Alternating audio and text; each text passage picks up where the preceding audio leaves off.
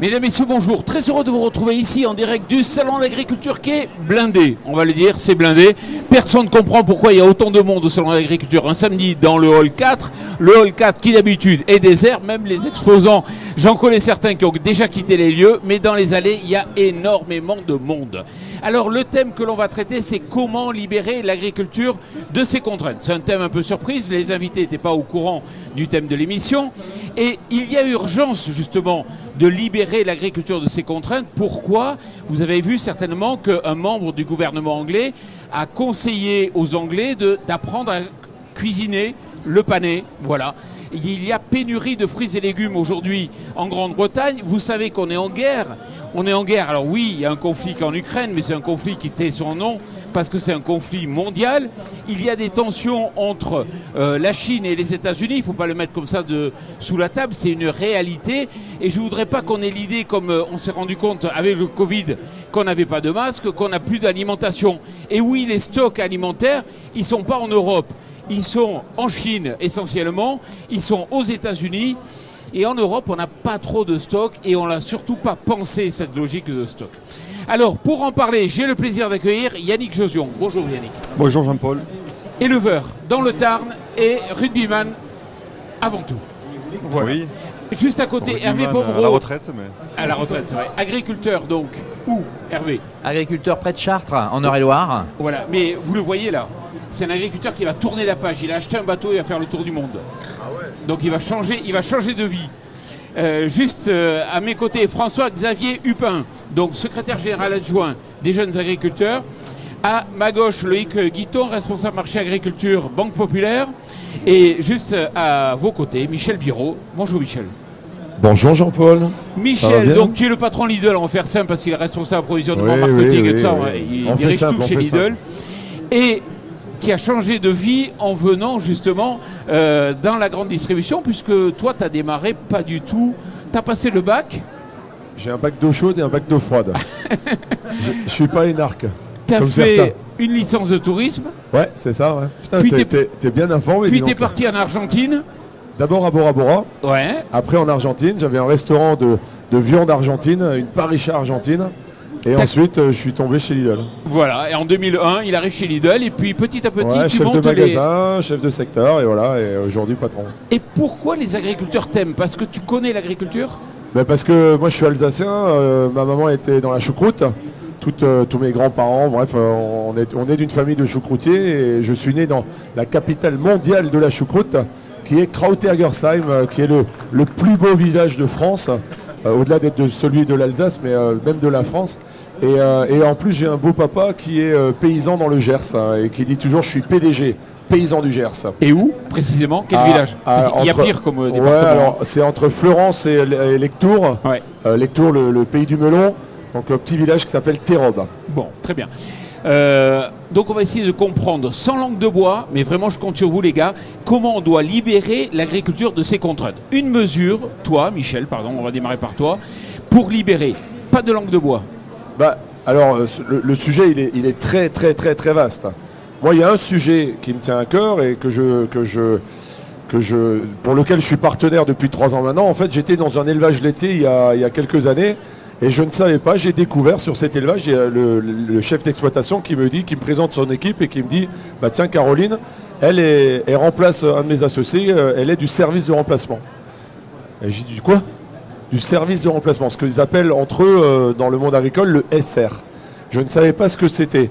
Et je pense que si on pose la question aux visiteurs ici présents, il y en a 9 sur 10 qui ne savent pas ce que c'est le SR. Et en fait, je trouve ça tellement important. Pourquoi? Parce que quand on dit qu'il faut libérer l'agriculture de ses contraintes, si on parle du renouvellement des générations, qui est aujourd'hui pour moi la plus grosse problématique, et il faudrait que les pouvoirs publics en prennent la mesure et l'importance, il y a, alors je me laisserai, je parle sous couvert des JA, mais il y a aujourd'hui la moitié des agriculteurs qui dans 5 ans vont partir à la retraite et qui potentiellement n'ont pas de repreneur. Mais pourquoi ils n'ont pas de repreneur? Tout simplement, qui d'entre nous va se lever tous les matins à 5 heures pour traire les vaches, se coucher à 20 heures parce qu'il faut encore les traire le soir, et ça 365 jours dans l'année, et même les années bissextiles, 366. Et bien je pense que si on dit aux jeunes qu'il y a un service de remplacement, parce que tu peux aller prendre 2 semaines de vacances, tu peux aller prendre un week-end sur 2, un congé paternité, un congé maternité, je pense que c'est, je ne dis pas que c'est la clé, que c'est la solution magique, mais je pense que ça peut aider à demain trouver des jeunes qui seraient d'accord de reprendre les exploitations. Bien évidemment, il y a tout l'aspect rémunération sur laquelle on travaille, mais je pense que c'est un élément essentiel pour libérer les contraintes. Oui, mais il va falloir arrêter de manifester, de vous plaindre tout le temps. Il faut attirer les jeunes, mais on en parlera juste après. Yannick Josion, ta solution, toi, pour libérer l'agriculture? C'est une question qui est vaste, qui est trop vaste peut-être, mais je crois qu'on parle souvent d'agriculture durable. Et l'agriculture durable, c'est peut-être 3 thèmes. C'est le côté économique, le côté environnemental et le côté social. Donc, le côté social, bon, vous venez d'en parler, Michel, par rapport effectivement au fait de pouvoir prendre des congés de temps en temps, pouvoir vivre tout simplement comme tout le monde. Tout ce qui est lié à l'environnement, mais c'est le gros sujet du moment, savoir comment on peut arriver à continuer à travailler tout en respectant l'environnement, les besoins du commun des mortels. Et Yannick, droite, tout droit. C'est quoi la solution? Mais ça, c'est les 3 thèmes dont je parle. Tu crois vraiment que c'est ça qui va nous permettre de relever le défi aujourd'hui? Ouais. Il y a les 3 thèmes à aborder. Le côté économique, la viabilité d'une exploitation. Le lien avec l'environnement, respecter effectivement l'environnement, comment arriver à produire aujourd'hui, avoir les mêmes méthodes de culture, mais en respectant, parce qu'on voit qu'on dégrade petit à petit les sols, et le côté social. Donc après, on peut rentrer en détail sur chacun des Qu'est-ce qui te freine, toi, sur ton exploit? Non, j'ai pas un point en particulier. Nous, on a construit par exemple une bergerie avec des panneaux photovoltaïques. On récupère l'air chaud aussi sous les panneaux pour sécher du fourrage en grange. Bon, voilà, c'est l'aspect, on va dire, énergie qui peut être un complément par rapport à ce que produit un agriculteur. Donc, c'est plus lié au côté économique, mais aussi en lien avec l'environnement. Voilà. Après, effectivement, le côté économique, c'est difficile parce que l'agriculteur, il ne peut pas se permettre de prendre des vacances non plus tout le temps. On s'entraide aussi entre voisins, ça arrive. Mais voilà, c'est tous ces sujets à aborder et c'est difficile parce que, en même temps, l'alimentation, c'est prioritaire pour tout le monde. En France, il y a beaucoup de fonds publics qui sont réservés pour le milieu agricole. Mais ceci dit, c'est pas simple à faire bouger les choses et ça prendra du temps. D'accord, on reviendra. Hervé, c'est quoi ce qui te freine, toi? Moi je dis simplement, c'est le manque de confiance. Il faut faire confiance tout au long de la filière, depuis les agriculteurs jusqu'aux transformateurs, en passant par nos fournisseurs. Je vais vous prendre un exemple. Nous sommes ici sur le stand de Yara. Yara me dit, nous pourrions avoir des usines de retraitement. Mais on n'a pas. Qu'est-ce qui te freine sur ton exploitation, toi? Je te parle de Yara parce que c'est un exemple. Oui. Ce qui me freine sur mon exploitation, c'est le manque de confiance. Limagrin a inventé les OGM, on n'en a plus, ils sont partis aux États-Unis. Nous, chez moi, j'ai un terrain pour faire un lotissement, j'ai de la demande locative, je ne peux pas construire parce qu'il y a des normes administratives. Chaque fois que je dois faire quelque chose, un traitement, un choix technique, il y a quelqu'un qui me met des bâtons dans les roues. Laissez-nous travailler. Donc fichez-nous la paix. C'est les normes, c'est l'administration, c'est les réglementations, c'est l'Europe, c'est le gouvernement, c'est les administrations locales. Fichez-nous la paix, donnez-nous l'espace de liberté dont on a besoin au quotidien. Et ça va du moindre détail jusqu'à la stratégie d'entreprise. On nous impose des plans de fertilisation, on nous impose un tas de trucs qui ne servent strictement à rien. Ouais, mais d'un côté, il faut quand même un peu vous cadrer aussi, parce que sinon on ferait n'importe quoi. Et alors, lorsque l'agriculture était moins cadrée, on l'a lâchée après, au moment des 30 Glorieuses. On a dit à l'agriculture, vous avez un deal, il faut nourrir une population qui est croissante. L'agriculture a fait des miracles. Elle a multiplié sa productivité. Mais ça a changé. Elle a donné à manger à tout le monde. Aujourd'hui, il y a un autre deal. On doit prendre en compte la qualité, on doit prendre en compte l'environnement, mais on sait faire. On a des réserves d'énergie, on a des réserves d'idées qu'on ne peut pas mettre en place pour Donc, des limites. foutez-nous la paix. Un autre exemple. J'ai planté Ouais. Et bien aujourd'hui, si je veux en arracher, je suis obligé de demander une autorisation à l'administration. Je l'ai planté chez moi, il faut que je demande une autorisation à l'administration pour l'enlever. On est où là? D'accord, ok, foutez-nous la paix. François-Xavier. En allant droit au but, les normes, la surtransposition de normes qu'on peut avoir par rapport aux contraintes européennes et internationales. Et je rejoindrai les propos de Michel tout à l'heure, le renouvellement des générations et la formation de nos agriculteurs, leur donner envie d'être agriculteurs. Si on ne donne pas envie d'être agriculteur, on n'aura pas de quoi relever le problème. Ouais. Loïc. Alors moi je vais déjà commencer par quelque chose effectivement de générique. C'est-à-dire que je pense qu'il faut que l'agriculture communique positivement sur ce qu'elle fait. On le voit, ce qu'évoquait Michel sur le service de remplacement, les agriculteurs ont du cœur. Après, je crois que l'agriculture, il faut aussi qu'elle montre et qu'elle permette aux jeunes d'essayer l'agriculture. Et je crois qu'il y a une souplesse à trouver sur j'entre dans l'agriculture, je découvre d'une certaine façon, mais je sais que je pourrais sortir. Le fait de rester agriculteur à vie, je ne sais pas si ça doit être une certitude. Ouais. Pas le sacro-saint schéma de l'agriculture familiale, le fils d'agriculteur, je m'installe, etc. Je suis Bac+5, je fais un bon job, je viens à l'agriculture, je prends 10% des parts de la belle ferme d'Hervé, et puis je ressors peut-être dans 5 ans. Je m'hybride, comme on dit actuellement. Et il n'y en a pas un qui a parlé à la grande distribution, c'est parce qu'il y a Michel que vous n'avez pas osé? Parce que toutes les émissions de la semaine, on m'a dit, la grande distribution, on ne peut plus leur faire d'économie, la grande distribution, on ne peut plus leur faire confiance. On a fait Egalim 1, Egalim 2, Egalim 35, on va encore avoir la grande distribution qui va faire des plateformes au Luxembourg pour contourner. Ah mais je pense qu'on arrivera peut-être à Egalim 48, peut-être même. Mais je l'ai dit au président de la République en début de semaine, et sans aucune langue de bois, parce que c'est ce que tu aimes Jean-Paul, tant qu'il y aura la loi de modernisation de l'économie et qu'on ne la retouchera pas, on fera Egalim 40. Alors je dis pas Egalim 1, Egalim 2 a quand même, il faut le dire, il faut le reconnaître, à apporter des choses, à apporter un changement d'état d'esprit. Je veux dire aujourd'hui, alors il y a l'inflation, mais même avant l'inflation, Egalim a apporté. On ne peut pas le nier, donc c'est positif.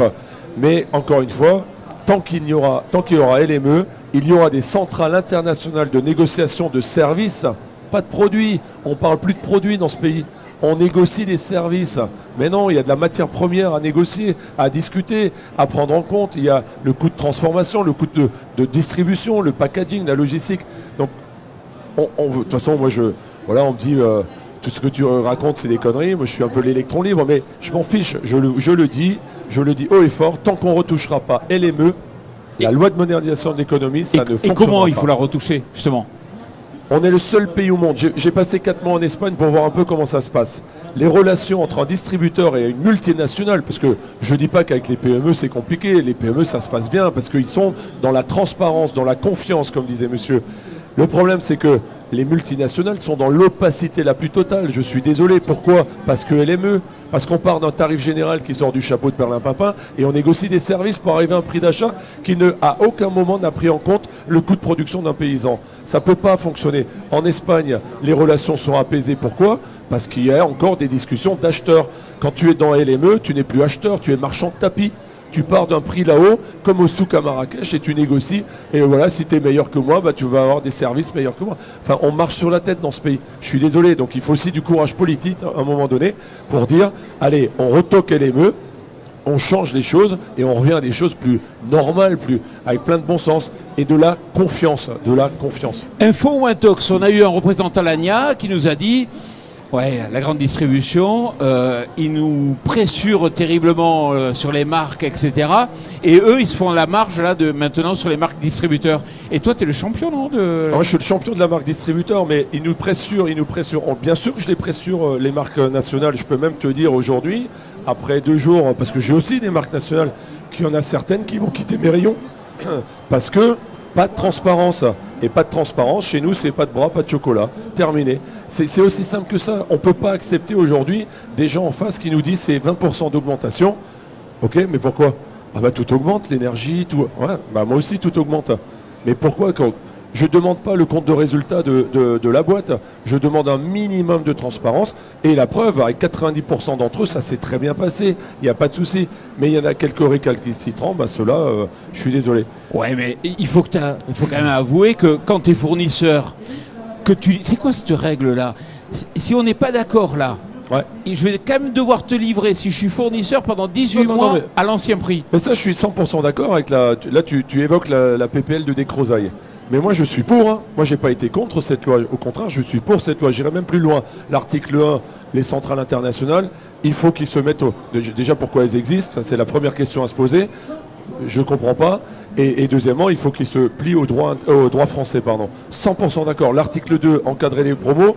Mais 1000% d'accord. Il faut aller plus loin, il faut les encadrer sur les produits de DPH, de droguerie, parfumerie, hygiène. Mais il faut même aller plus loin. Pourquoi on n'interdit pas les promos sur le porc, le bœuf et le lait, qui sont les 3 filières qui sont à l'agonie aujourd'hui, plus qu'en grande difficulté? Pourquoi on n'interdit pas les promos? Parce que toi, Jean-Paul, quand tu achètes un pack de lait, le deuxième à moins 50, tu bois 2 bols de lait le matin? Bon bah non. Donc la consommation ne changera pas, c'est des conneries ça. Donc pourquoi on continue à faire des promos et à casser le prix? Les promos servent à déclencher des guerres des prix pour descendre la valeur. Et donc c'est de la destruction de valeur qui au détriment de qui? Des éleveurs. Alors justement, vous, les agriculteurs, moi je vous ai vu dans les allées suivre les ministres, les 80 délégations. Enfin, c'est la folie, ils sont tous venus là se faire prendre en photo avec vous derrière. Vous avez, comment dire, il vous a dit souveraineté, souveraineté, souveraineté.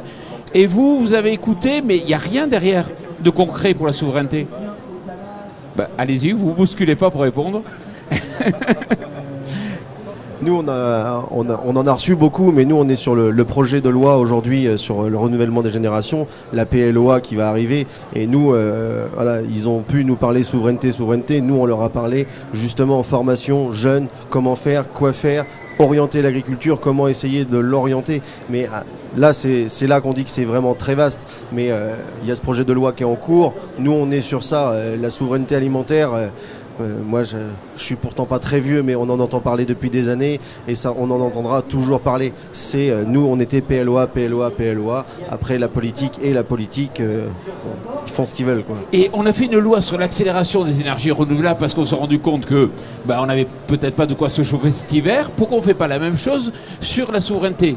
On met un coup d'accélérateur et on lève peut-être d'ailleurs les contraintes. Moi, je pense qu'il y a beaucoup à faire. Je reviens un petit peu en arrière. Lorsque j'étais jeune agriculteur, je cultivais des pois. Et puis, un jour, on a dit, on a besoin, enfin, je ne sais pas dans quel cas de négociation, mais on a intégré le soja d'importation. Et du coup, le pois, c'était obsolète parce que la valeur alimentaire du pois pouvait pas rivaliser avec le soja. Derrière, la recherche a laissé tomber. Et aujourd'hui, on ne fait plus de pois. Je parle de pois protéagineux pour l'alimentation. Donc les pois jaunes, voilà. Donc on a perdu cette filière-là. Là aujourd'hui, évidemment, vous connaissez tous le problème de la betterave. C'est pas la peine que j'y revienne, mais on est en train à nouveau de perdre une filière. Donc je pense que c'est l'exemple de la betterave. C'est l'exemple de la betterave. On va perdre une filière. Et c'est gros comme une montagne qu'on va perdre la betterave. Et c'est pas anodin. Moi, le premier, j'ai pas planté. Ça fait cette année, j'ai pas mis de betterave dans l'assolement parce qu'on va au mur. Donc derrière, ça veut dire que les usines n'ont pas de matière première. Une usine qui n'a pas de matière première, elle va pas durer bien longtemps. Donc là, on est en train de vraiment casser une filière pour des choses qui sont stricto sensu normes françaises. C'est même pas. Alors Emmanuel Macron nous a répondu, c'est européen. Non. On est, me semble-t-il, le seul pays européen qui n'a pas le droit de néonicotinoïdes. Les Américains, ils auraient su mieux gérer un problème comme ça. Ils auraient pris une décision en direct. Yannick. Non, ça me fait rire de parler des Américains. Non, mais je pense qu'on a beaucoup à faire en France, c'est sûr. Mais il faut savoir quand même qu'il y a beaucoup de choses qui se mettent en place aussi. On n'entend pas forcément parler, mais moi je suis bien passé pour l'expliquer. Je suis élu donc à la région, conseiller régional à l'Occitanie. Et les territoires mettent en place des dispositifs. On n'attend pas tout le temps que ce soit au niveau de l'État que ça se mette en place. Au niveau de l'Occitanie, on a mis en place un dispositif pour l'acquisition du foncier agricole, une foncière agricole, permettant d'acquérir le foncier avec un différé entre 4 et 9 ans. On met justement en place des contrats agriculture durable pour proposer aux agriculteurs de prendre du recul sur leur exploitation, réfléchir à ce qu'ils peuvent faire, parce que des fois on a la tête dans les guidons, on ne sait pas comment on pourrait envisager l'avenir. On met en place tout un tas de choses sur la formation pour que le métier d'agriculteur soit attrayant au niveau des lycées agricoles, au niveau aussi de la formation générale. Donc il y a tout un tas de dispositifs.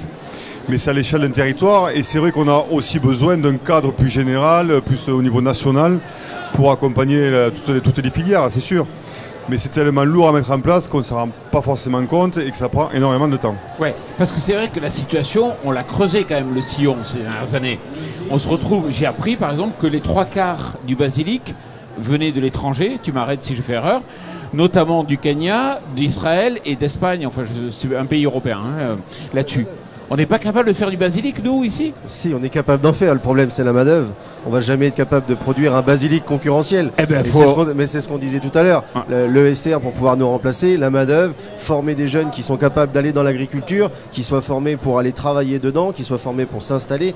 Mais il y a un moment donné, le coût social aujourd'hui en France, on va pas revenir sur notre système social. Il est très bien parce qu'il nous protège énormément. Mais il y a un moment donné, on n'a pas la même valeur au niveau social dans toute l'Europe déjà, rien qu'au niveau européen déjà, donc on arrive avec des prix et des produits qui sont à prix différents rien qu'au sein de la communauté européenne, et c'est encore pire à l'extérieur. Et on ne peut pas produire les mêmes produits au même prix alors qu'on est capable de les faire. L'exemple du soja, il est parfait. Pourquoi le soja est produit sur des surfaces monumentales? On est capable de faire de la protéine en France. On n'a jamais vraiment relancé un vrai plan protéine qui peut réussir à éviter qu'on importe tout ça. Yannick, je veux dire quelque chose. Effectivement, il y a la problématique du prix, mais il y a aussi la problématique de la réglementation par rapport à l'utilisation des produits phytosanitaires. On parlait de la betterave, mais c'est vrai sur plein de filières. Proche de chez nous, dans le Tarn, on a la filière de l'ail rose de Lautrec. On leur a interdit effectivement l'utilisation d'un produit phyto, alors que l'ail qui vient par exemple d'Espagne n'a pas ce problème-là. Donc on se retrouve avec de l'ail espagnol. Alors moi, pour autant, je suis pour une agriculture plus saine, peut-être avec moins l'utilisation de produits et autres, mais on est coincé par rapport à ça. Et d'interdire des produits, d'importer les produits, c'est difficile aussi parce que ça fait des problèmes de compensation, donc c'est compliqué. C'est compliqué, mais l'ail chinois, il est ionisé, j'ai appris, et c'est interdit la ionisation en Europe. Tu fais du mouton, tu tonds tes moutons, et tu as 2 années de laine en stock. Non, la laine, déjà la laine, il n'y a quasiment pas, il n'y a pas un marché, on ne peut pas dire qu'il y a un marché. C'est en train de se développer, mais non, on le vend, ça ne paie même pas les tonneurs, je crois. Voilà, il faut l'expliquer, je ne sais pas si vous connaissez, c'est qu'avant on exportait tout en Chine, la laine, donc la Chine était acheteuse de laine. On a oublié qu'un jour ça pouvait s'arrêter, résultat, la laine ça vaut rien, on ne sait pas quoi en faire, et les gars qui viennent faire la tonte, en fait, ils viennent à coût, enfin on les paye pour rien, globalement. C'est une catastrophe. Oui, c'est sûr que c'est un sous-produit comme un autre, qu'on valorise beaucoup moins qu'auparavant. Et on pourrait en faire des choses, cette laine. Oui, et c'est là où l'administration, il faut quand même en parler aussi un peu. Il y en a qui travaillent dessus pour l'utiliser, effectivement, mais c'est sûr que ça reste un sous-produit, c'est pas la marge principale, mais il y aurait de quoi effectivement travailler dessus quand même. On a des stocks de laine énormes. Je ne sais pas si tu peux trouver une solution chez Lidl. On a des débouchés, faut qu'on en rediscute, mais après il faut aussi la main-d'œuvre pour la transformer, la laine. Parce que si je lui achète la laine, moi je ne sais pas quoi en faire. Il faudra les unités, donc ça veut dire de l'industrie. Il va falloir réapprendre à ce qu'on a perdu, il va falloir le remettre et tout ça. Et méfiez-vous de Michel parce qu'il fait ce qu'il dit. C'est-à-dire que t'es pas à l'abri qu'ils viennent pas te voir derrière. Je sais pas transformer, je sais pas. Je veux bien, mais parce que je l'ai présenté à un producteur d'huile d'olive et il a été référencé chez lui direct et c'était incroyable. Donc il faut se méfier de lui, ouais. Pardon Yannick, à toi. Je t'ai coupé. Tout simplement pour dire qu'il y en a qui travaillent sur la transformation de la laine, mais ça reste marginal, quoi. Voilà. Il n'y a pas effectivement des grosses structures encore. Enfin, je ne connais pas, du moins. Mais bon, après, voilà, il y a l'effet boule de neige, ça va se développer. Loïc, isoler les bâtiments. Mais oui, aujourd'hui ça marche bien en isolation. Oui. Ouais, mais il y a un problème, c'est quoi? C'est un problème de santé publique, je sais pas quoi. C'est pas dans la bonne catégorie. En gros, ça pourrait être utilisé, mais il y a un problème administratif qui fait que c'est pas considéré comme utilisable. Je connais pas les contraintes. Mais voilà, il y a un truc à la con qui fait que ça bloque là-dessus. Bon, on pourra en parler pendant des heures, mais malheureusement, j'ai vu Christian Lambert qui a fait des grands signes à Michel Biérot pour lui dire « Allez, viens, on a un autre débat derrière, qu'est-ce que tu fous ?» et tout ça. Donc, je suis désolé, mais on va devoir s'arrêter là. Juste une dernière question. On gagne en rugby? Ben écoute, on a beaucoup gagné ces dernières années. Et j'espère que ça sera le cas à l'automne. Mais il faut savoir se faire peur pour rebondir. Pour rebondir, c'est ça, on va dire. C'est pas évident avec un ballon de rugby pour rebondir parfois. Donc, tu es confiant? Oui, non, ça va, il y a un bon groupe. Après, c'est toujours effectivement une équipe fragile, quoi. La mienne, c'est une équipe, mais bon, je pense qu'ils aiment bien les challenges a priori, donc ils vont savoir les relever. Ouais. Ouais. Bon, en tout cas, on croise les doigts pour l'équipe de France de rugby. Merci messieurs d'être venus ici en direct du Salon de l'Agriculture et merci à vous.